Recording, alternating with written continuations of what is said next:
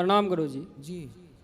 मेरा प्रश्न ये है कि अभी के वर्तमान युग में हमारी भारत की जो सभ्यता और संस्कृतियां हैं वो अनावश्यक रूप से व्यर्थ के कार्यों में, व्यर्थ के वार्तालापों में बीती जा रही है और हम सब द्वैत और अद्वैत को न समझने के कारण हमारे मन में बहुत सारे प्रश्नों का जमावड़ा हो जाता है। हम ये चाहते हैं कि युवाओं को सोचना चाहिए कि भारत की आज इतनी दुर्दशा क्यों है और पूर्व समय में जैसे स्वामी विवेकानंद जैसे युवाओं की इस धरती रही है, इस तरह के सवालों का जमावड़ा करना कहीं ना कहीं हमारे सनातन धर्म की प्रकृति के विरुद्ध जा रही है।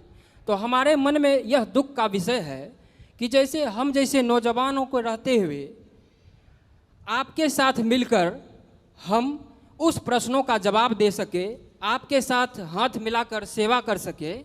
तो गुरुजी मैं चाह रहा था कि आप जिस प्रकार से यह सेवा प्रकल्प को जारी रखते हैं, चेतना और महापुरुषों का व्याख्यान करते हैं, उससे हमें बहुत ही संतुष्टि मिली है, उससे हम बहुत प्रसन्न हैं।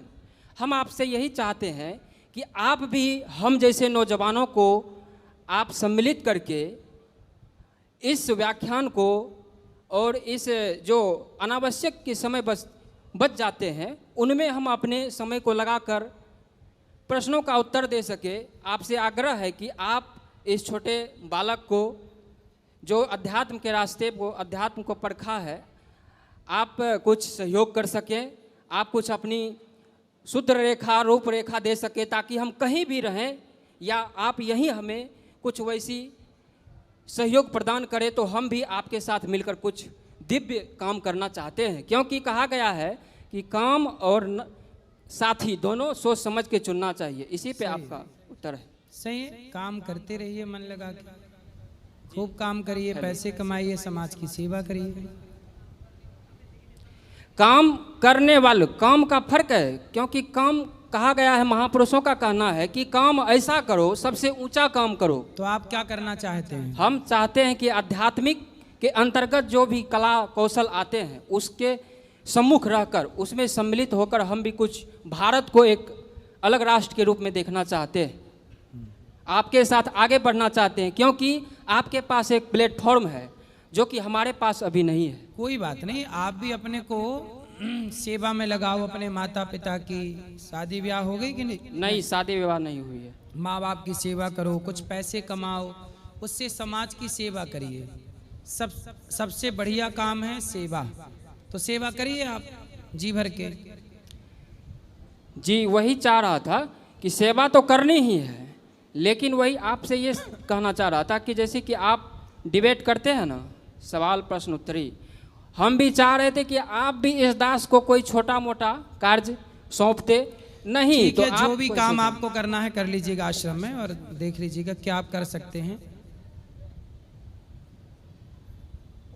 महाराज जी प्रणाम। राधे राधे। अब खुश रहने के लिए क्या करते हैं? राधा नाम जप से अलग नहीं, जाप करते हैं, पढ़ाई अध्ययन करते हैं, कथा सुनाते हैं और ये समझते हैं हम खुश रहने का एक सुंदर सा फॉर्मूला। आप ये मान लीजिए कि आप कुछ नहीं करते, भगवान आपसे सब कराते हैं। ये सिंपल सी बात है। हम कुछ करते नहीं, ईश्वर हमसे कराते रहते हैं, बस। धन्यवाद। गुरुजी राधे राधे जी। हम सारे मिलके मतलब मोहल्ले पड़ोस की लेडीज हैं सब, तो हम व्रत रखते हैं एकादशी का।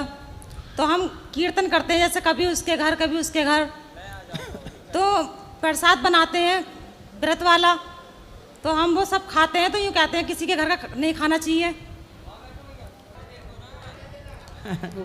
बताओ कैसे बताऊं उसको गुरुजी?